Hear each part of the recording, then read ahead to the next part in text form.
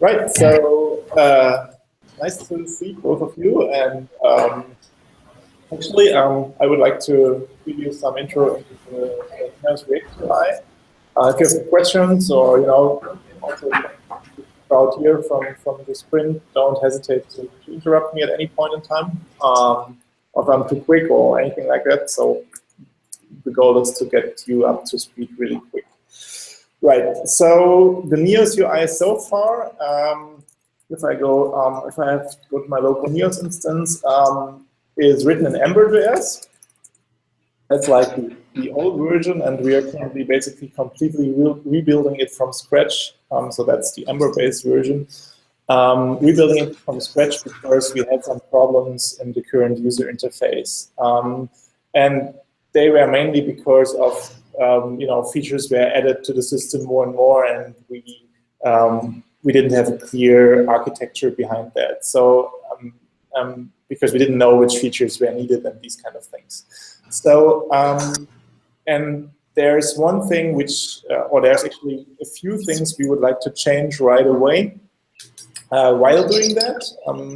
So the one is, of course, we wanted to have a much clearer and more understandable architecture, and with hopefully less bugs than we had in the old version. So it took quite a long time until all the bugs were itched out of the system.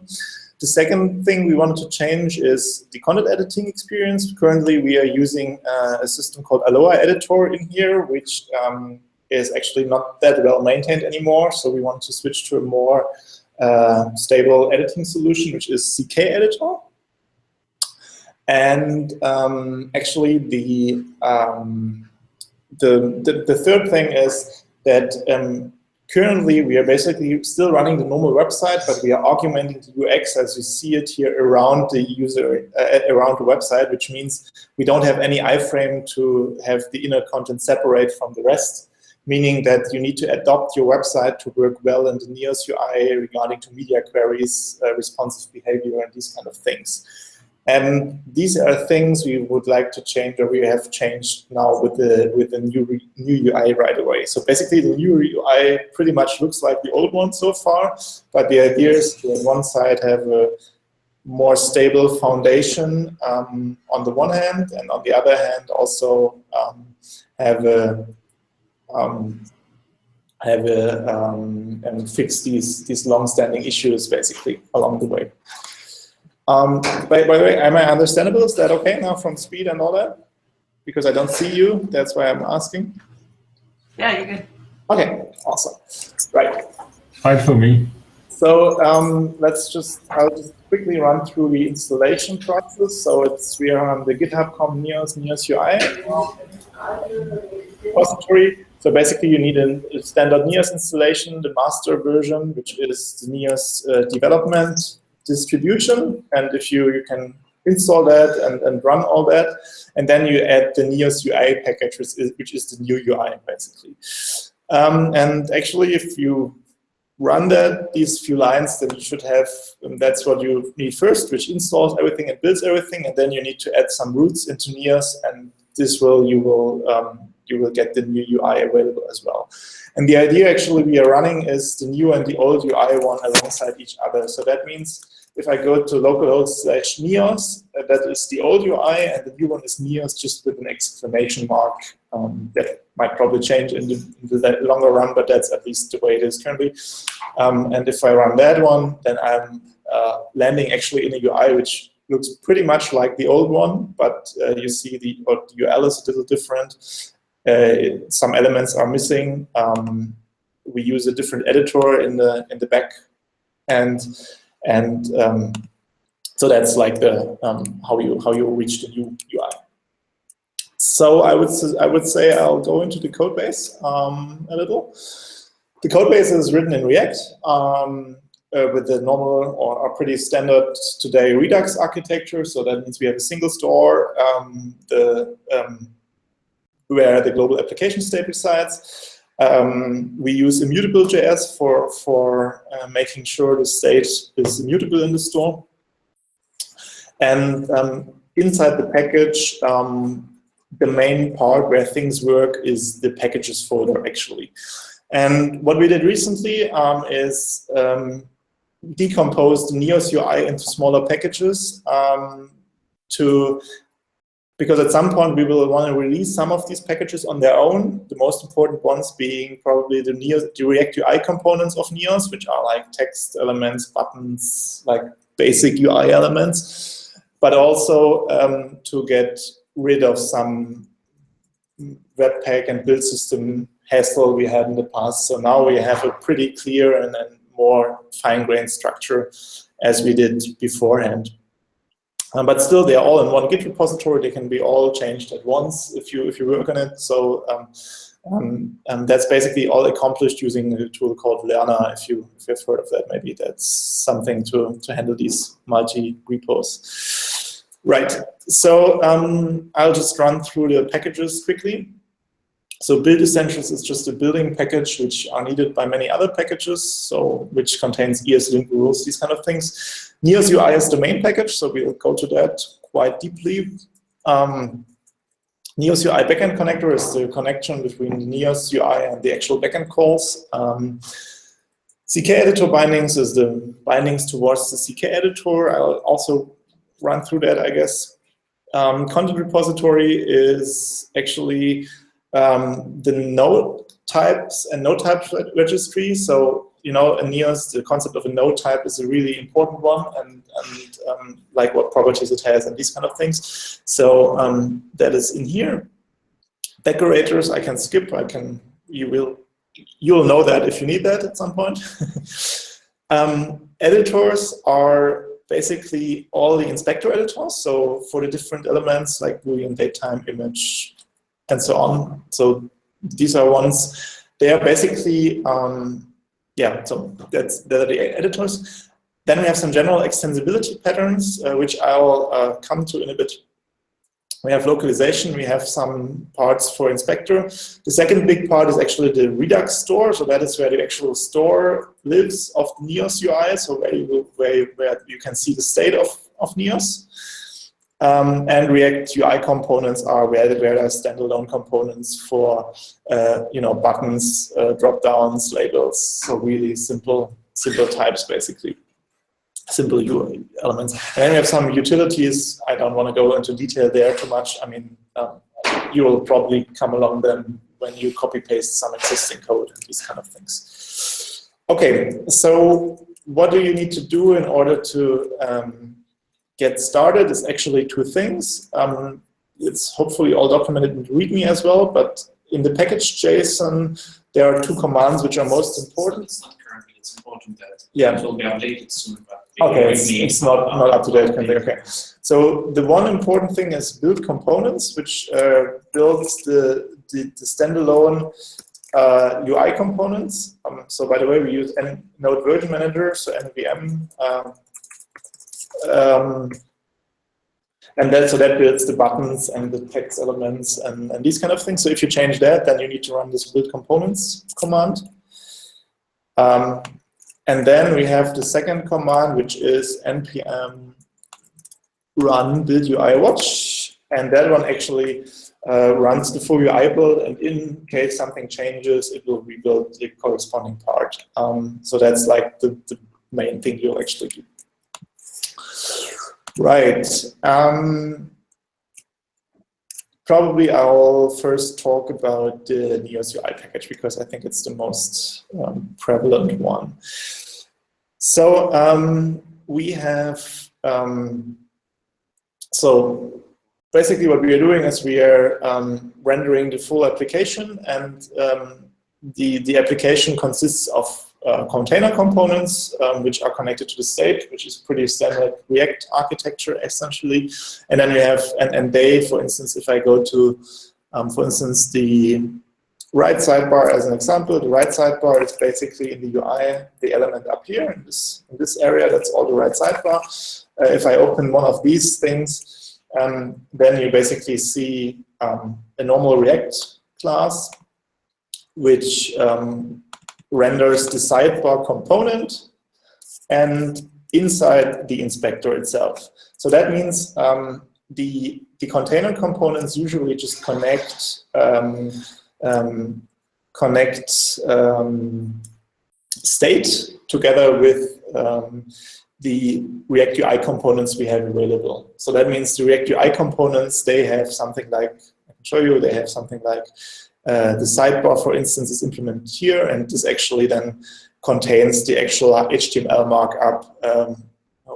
This actually has the actual HTML markup and the corresponding settings like left and right and the CSS stylings and these kind of things. And the container component actually just connects them together with the Redux store. And for this connection, we are using this @connect annotation, where we say, where we basically say we want to the isHidden property of the store will be passed to the component, the same as the isFullScreen. And when you change something, then the toggle sidebar can be triggered, and this in turn triggers the right sidebar action, opening and closing the action. So that means if I change something here, this is what happens. So I'll just dissect that a little more. Is that should I go into detail a little so that we all are on the same page on that, or is it too quick or too slow? That's also standard Redux. Yeah, that's all standard Redux. I'm not sure. Should I go into detail a little, or Jade, or what do you think? Yeah, sure. Okay, cool. So basically, right. I'll talk some more about state and these kind of things. So there's a really nice extension for Chrome, which is called Redux DevTools. Very recommended. What you get here is basically the state of the so the big state of the application. So that's a big JSON object essentially. So you see it has separate some areas where the actual content is stored. So in CR nodes, for instance, and then it has other areas like UI, right sidebar, and here we have the property: is it currently hidden or not? And then on the left side we see all the actions as they are in the system. So that are all actions basically triggered by an initialization. And now when I click the button up here, then we will see a new action down there. And is it still mutable JS? Yeah, it's all immutable JS state, yeah. But yeah, we changed it that it's output in the right way. So basically, if I select this toggle element, then you see an action is just a plain, it basically says just, okay, toggle the right sidebar, and that's it. And then in the diff, we can actually see what is changing in the UI, and it's changing the isHidden selection from false to true, actually. So that means it's hiding the sidebar. And this in turn triggers this means this component is re-rendered, this isHidden is set to false, and this in turn again sets sidebar isHidden, and then it re-renders. So that's the basic flow we will see again and again and again. Right. So that is just like that's basically a pretty standard React and Redux architecture you'll also see, or you'll also build up when following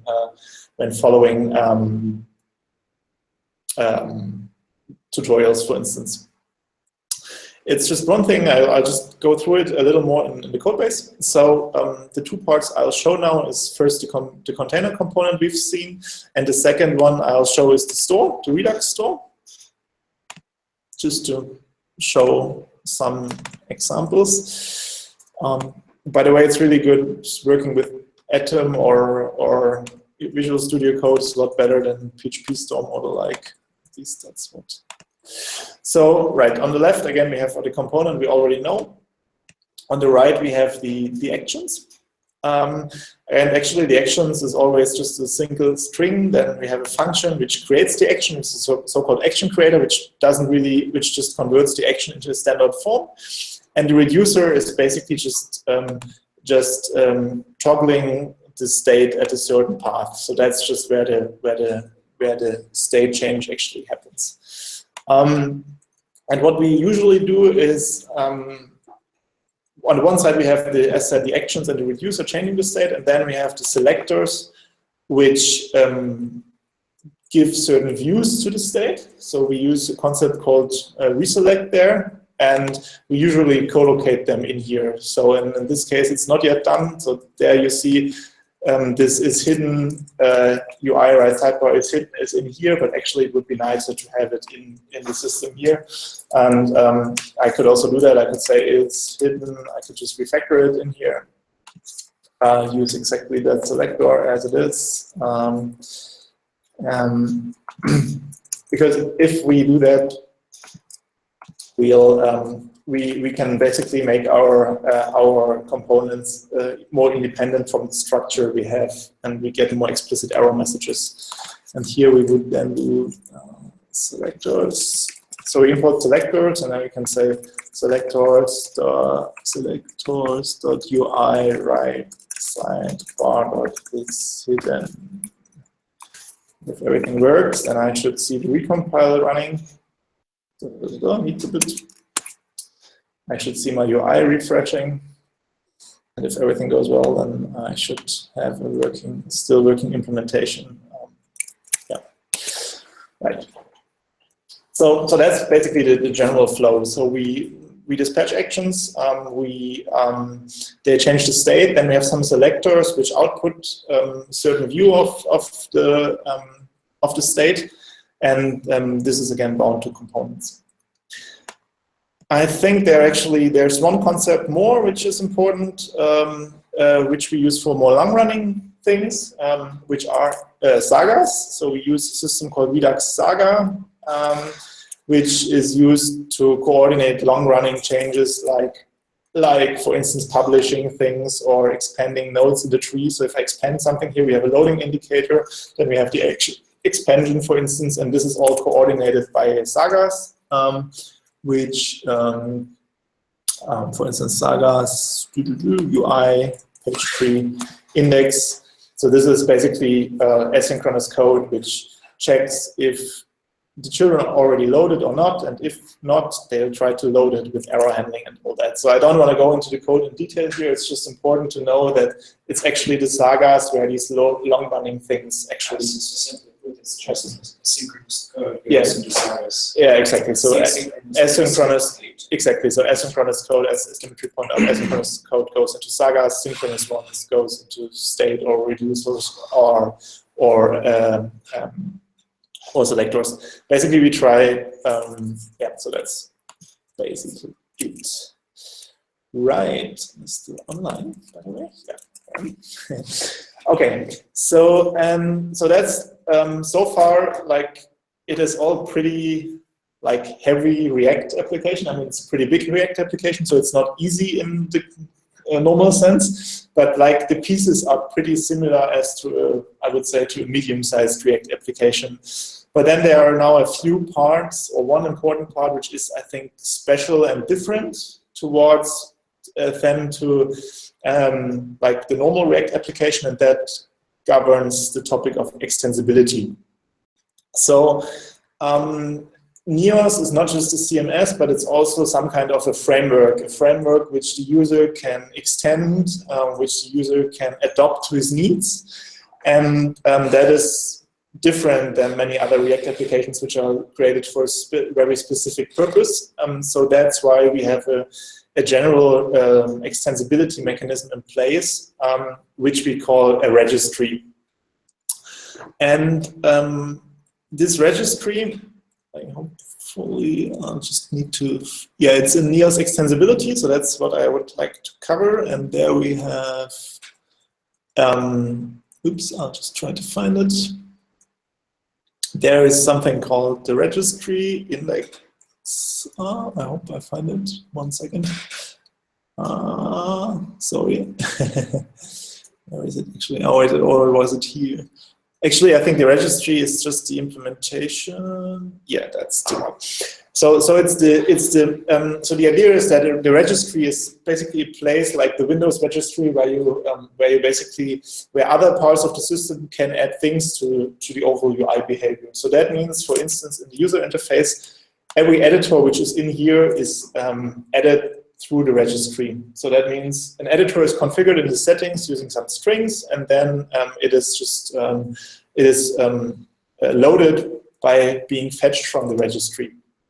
Same as the buttons up here for the styling options you have available for CK editor, they are residing in the registry. So that means that in a later point in time, other people can, for instance, add new buttons up here if that is needed, add new styling options, these kind of things. For example, also installing a plugin for CK editor. Exactly. For instance, also loading a plugin in CK editor. That's all things which. And the important thing is just to know how to work with the registry and how to add things to them and how to read them. And that is what the idea behind this so-called manifest is. So the manifest is basically a configuration file which resides on the top level of every package.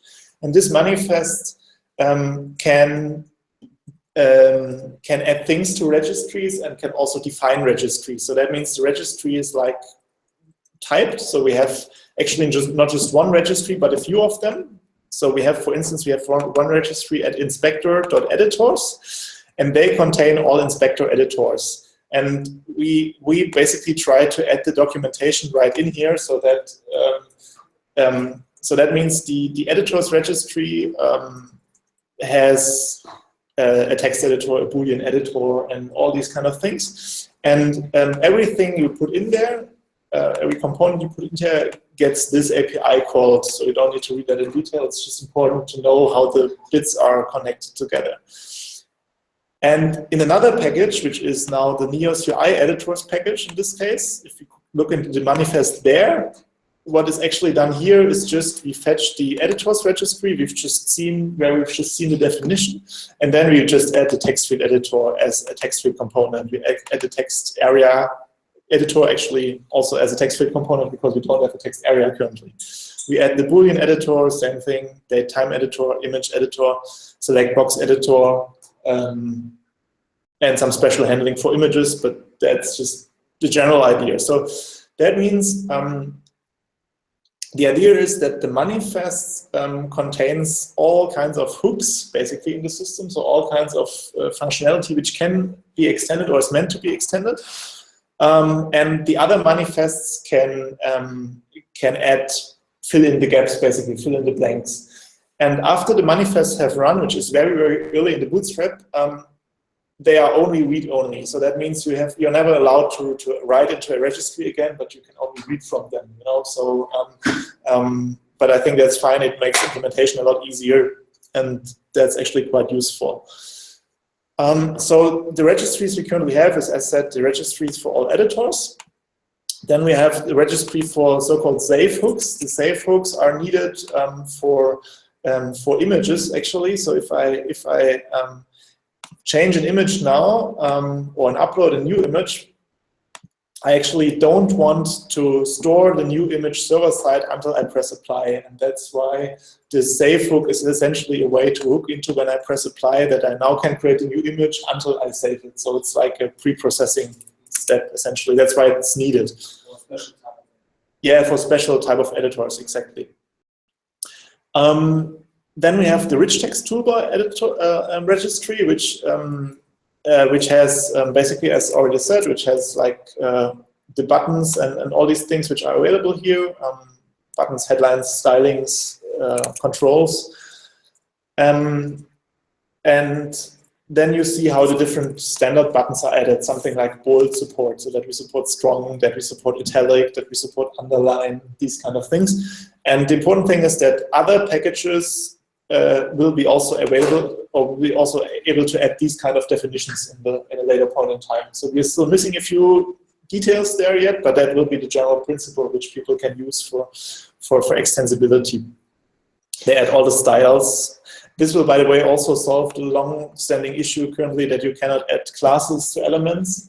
This will be solved. This can be solved just by, I think, writing a different formatting rule here. So that's all part of CK editor then. And it also allows some pretty heavy customization. So for instance, for indenting, so if I have a list and I want to, I want a list now. Now we got a new outdent control. This one was not available before, because outdent only makes sense when I have a list. If I have no list, I cannot outdent anything. And this is controlled by some rules here which say when is this thing visible, for instance, or when not. So that means you can also, depending on the APIs, you can also quite heavily influence the system in these registries. Right, and I think the last. Can I also nest that somehow? Yes, in a certain sense. So I mean, what we currently can do actually is just this part is basically adding a style select component, and then using the slash, it basically you can nest things into there. So you can add things towards this into this select component. And that is something we can also extend in a future version if we need that. So not only currently it's basically only possible to nest something into such a dropdown, but it would be possible to create other controls which allow deeper nesting or more options or these kind of things. So that means you can also this is how you can modify the things which are in here. And currently, I suggested to move that editing bar to the side. Just like Keynote or I don't know which program does it too. Yeah, that's something we could perfectly do. I mean, this is basically not about how these things are layouted. It's just about what is in there. So, so maybe for the others, so Jens has currently working on some really nice ideas on how we can improve the Neos UI, and some of the ideas, for instance, go that the editing controls like bold, italic, and so on are more on this side, the inspector, and I think this is all things which can be built on top of this pretty easily, because it doesn't change any of these underlying concepts. So just one thing, and then there's exactly. And the last part, actually, the last edit or the last part of which is currently manifest or which is part of the registry. This is what is called the server feedback handlers. So that is basically when we change something, so we change some content, or we add some content, we delete some content, this is all sent to the server as a generic change event. And in response to such a change event, the server can trigger certain feedback handlers. So it can basically, for instance, an example, if I change something here, I don't know, hopefully, if I change the image up here, for instance, I would like to reload. So if I close that now, if I press apply, then I would like to reload the inner content area, so that I see the new image. And this is delivered by a feedback handler. So that means. Do we keep the feedback handler as it was? No, we changed it, but it's still, the concept is still there. So the feedback handler makes sense from a architectural perspective. So that means that you have a general place where how the server can influence things on the client. But technically, a feedback handler is just an action which is dispatched. So how has it changed? Yeah. So beforehand, the feedback handler were all code on their own, basically. Now the feedback handlers are, I can show you, are here we have that. Are an action, send a server feedback action, which contains all the feedbacks, and then we have a Saga listening to these type of actions. But the server side of the implementation has stayed the same. Pretty much, yes. Yeah. So server side is still PHP based, and I mean that's okay for now, I would say. Of course, it can always improve and evolve. And the client side is basically changed in a way that we now check this registry for the different feedback handlers. So for instance, for adding success or error messages, or updating the workspace info, which changes the publish element. So the number of elements on top here, that's like if I change something down here, now it's saving and now it changed the number. So that's like this update workspace info. And this could be extended later on if you change something that the tree updates, for instance, and these kind of things. So that's what Till is currently working on. Right. So that is, oh, actually, there's always one more thing, sorry. Yeah, you also had something? I don't know if it's going to deep, just to quick overview how I would get a new button to the toolbar. For example, for, Yeah. So actually, that's a good point. Sorry, yeah. It's pretty hard to understand your colleague. At yeah. least for me. Yeah. Maybe you could reply his question, or he should log in and use his own. I'll reply. I'll repeat. Okay. Yeah, that was the word. So basically, currently the items in the toolbar currently are all hard coded so far. So they are inside source containers. By the way, the main area we call content canvas currently. So that's like everything in the middle here. That's the content canvas. Then we have inline UI. Yeah, I'll come to the iframe in a bit. And then we have the node toolbar, and this one really contains blah, blah, blah, add node, hide node, copy node, cut node. But actually, it's a totally valid point that currently you cannot extend that. And it would be useful to store this thing in the registry as well, so that you could, for instance, configure which buttons you need there, or you can add new buttons in there. Nice, but I thought about for the CK editor to extend the manifest. Yeah, for CK editor, so the question, for CK editor, so the top bar here you can extend. This one you cannot currently, but we could make that work at some point. Yeah, but I think we should be we want to. Yeah. Really careful about what Yeah. extensibility we just don't. Yeah. So generally, so generally, I think we should extend, or everywhere where we have this collection of things, they should generally be made extensible. I think that makes sense. But of course, if we have a certain use case, so we shouldn't make everything extensible because we need to support it, as Dimitri pointed out. I think in the longer run, we will also have a way of unplanned extensibility. So, these hooks or these manifests are all planned extensibility. So that means we provide the hooks where everybody can hook into.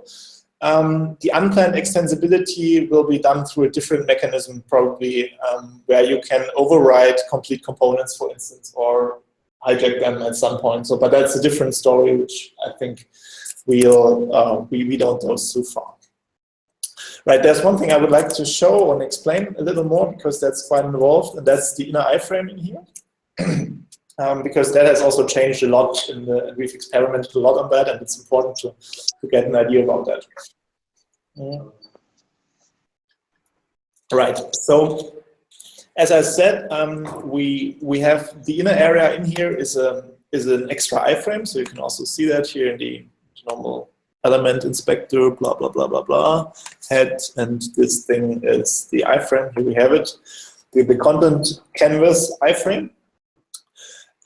Actually, that is, funnily, in the first version of the UI, which was XJS based, we already had an iframe there, but we were not able to deal with the complexity. Then that's why we got rid of the iframe in the second version, which is Ember based, and now we are able to reintroduce it, having the benefits. So maybe we'll get rid of it again at some point, I don't know, but currently we have it. But the point is, the iframe introduces usually a lot of added complexity, because the iframe means you have two completely different JavaScript contexts available. They can communicate with each other because they're on the same domain, but still it's two completely different worlds, basically, and that's a problem. In the first version of the UI, we tried to have two React instances available. So one inside the iframe and one outside. And then we tried to synchronize parts of the state. And this was a total mess. It was really hard to follow, really hard to understand, and really hard to understand how things work, actually. It was like brain damage. That's why we figured out something better. And that's something I would like to show. So the basic idea is, one second. Yeah. So the basic idea is that we are able to render an iframe with some content, and then we can continue rendering some additional React components from the outside in there. So that means. And this is all in the code base. So we are in the content canvas now, which draws the central user interface element, and this frame component here, which we've written, does the following: it loads some frame source, so some inner website essentially, and then on top of this frame, it adds it adds the inner elements to it. So it basically means it detaches the React rendering tree, moves it into the iframe, and continues rendering there. And that has the benefit that you actually only have one UI or one world to deal with, basically, because although the rendering, you know, the React rendering, for instance, for rendering these buttons, this is inside the iframe, but still the rendering is controlled from outside. So logically, this button bar is living completely on the outside world. It's basically like the button up here. It's just for the button, it's totally the same thing, except that it is inside this magic frame component, which does this logic. So that means the inline UI elements, for instance, if we go to, I don't know, add node, the add node button, which lies in here, this can just call the normal, it can bind to state, it can trigger actions just as normal components, as normal buttons. So there's no special rule you need to adhere in any sense or anything. And it also has the benefit that we basically don't mind what you run in here, so we don't need React in here or anything to load, so it's really completely separate. There's just one thing which is currently loaded into the iframe, and that is actually the CK, that's the CK editor itself, because because we don't need it. Well, no, because you cannot, because you need it in the frame where you want to edit, actually. So we need it in there currently. So the CK editor is loaded in here, and we have a very small code part which is inside this UI CK editor bindings, which is called the guest frame API, and that's like 180 lines. Really plain JavaScript code, which are loaded also inside the iframe, which we need to communicate with CK editor. So that's like the only bridge which is really running inside the iframe. Everything else, like 95% of what we are doing, is actually done in the outside context, which makes the whole handling and debugging and all these things a lot easier. Just a minor question in between. Currently, I imagine that some drag and drop should be possible from the outer space to the iframe. Is that completely unrealistic, or I would say achievable? I would with yeah, let's say acceptable effort. I would say it would need some work, but I would say currently it would be, we would find a way to make it well achievable, basically. So it has to be figured out once, but I think we could do that. Yeah. So that's the short answer. So I'm not really sure how this might work in detail, but I think we can find a way to make that work, actually. Yeah. So concept-wise, I could continue working with that, or? Yeah, I think so. Okay. So what I would have in mind is basically as soon as you start dragging, then we could do something basically to global that you have that we notice you start dragging, and then we can draw some handles somewhere which we highlight. So that should be doable, I think. Yeah. Right. And actually, so that's like what the current state pretty much is. I think, so what we're currently focusing on is actually, getting the basic functionality done so that you can actually edit content. So for instance, you cannot delete content currently. It's still quite rough to add content. That's things we are working on the sprint currently. So that the idea is, so in the next version, we will ship an alpha version of the UI alongside the old one, so people can play around with it and give feedback, say what works and what doesn't. But the idea is that the goal should be that you can reach everything, basically. And some things will be better, like the handling of lists and tables, because we, for instance, use CK editor. So that means, as an example, if I add a list here, CK editor has, for instance, this feature. It knows sometimes you want to add some content above a list, and that's why it shows this marker thingy here. And you can use that to insert content above an element. That's what you get for free because we use CK editor. Another one is table handling. that looks ugly currently because it's a normal CK editor plugin here. But I think we should make it style a little to look like the outer one basically. But still, I would still keep the CK editor UX here currently, just because it's a lot of work to rework that one currently, so that we have the functionality at first, and then we can continue. Then we can focus on making it more nice in future versions and these kind of things. So, and there's one thing in which I imagine which we actually can reach a lot quicker with the new infrastructure and everything I've said so far. Which comes to like a little bit which is one of my main motivations to do that, and that is currently the stuff in the main content area is just text which you can edit there, and everything else has to go into the inspector. So that means all images have to be in the inspector, all dates have to be in the inspector, all relations have to be in the inspector, these kind of things. I think in the longer run it definitely makes sense to be able to pull certain elements in here, so in the main content area. So, you know, if you edit a blog post, then I would like to select the blog author or the teaser image right in here by dragging and dropping, or by selecting it using the media browser, these kind of things. So this is what we call structured editing, and that's something on the roadmap. So the inspector, as we planned, would only be used for metadata. Exactly. So that the inspector is more used for secondary metadata, and everything which is primary, which is like the most important parts of the content, can go in here. And of course, the user can define it if he wants or needs that. So that's like the general direction. And I think the first really big feature which this new architecture will enable.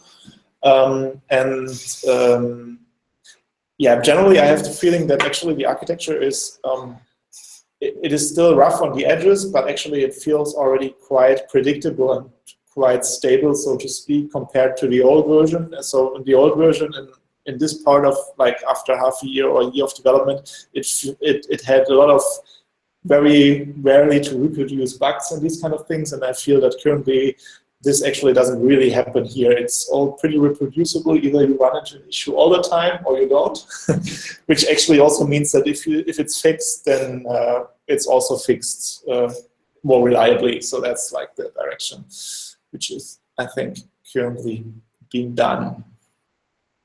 Right, I think that would be just everything. We have some more people who looked into it. Nice. So that's actually everything I've been, well, I mean, I didn't prepare it so far, but I hope it is interesting. So I'll be up for questions, comments, feedback, anything.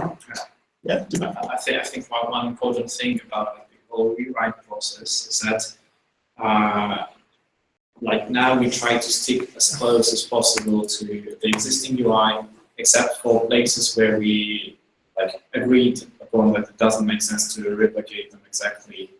Like, for example, entering the title, like in the current UI, when you create a new document node, you get focused in the tree to enter the title there, and it feels so wrong because, like, if you want to change tab, you lose focus and it creates a node, unnamed node for you and stuff like that. But like as a general rule, we just try to stick UI-wise how things work to current UI, just to get the production version as quickly as possible, and then we can like do all the grand concepts. Yeah, and then iterate and then and change some things around and play with these kind of concepts. I think also it always helps when you have a pretty clear goal. So that's why that's why basically the UI looks so much like the old one, because we are focused now. Yeah, we try to make mileage. So we also had quite some big refactorings in the past until we were at the point where we are now. But I think now is really the point where we can,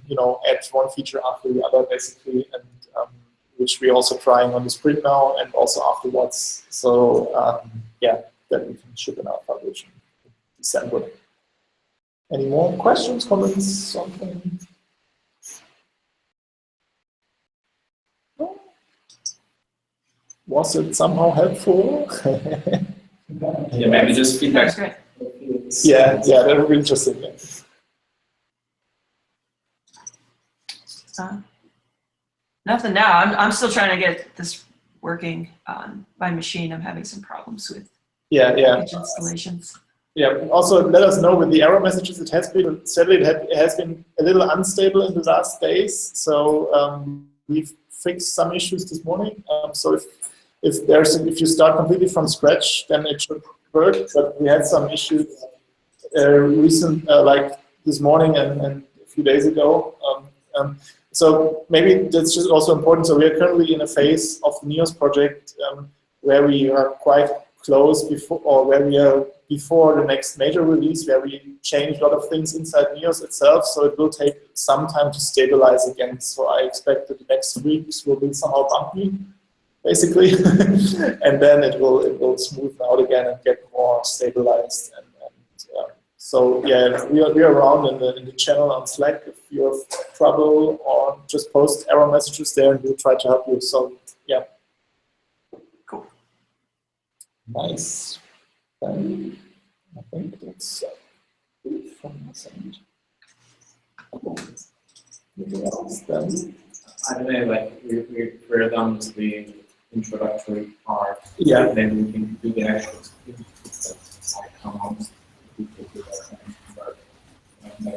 Yeah. Well, I mean, I personally.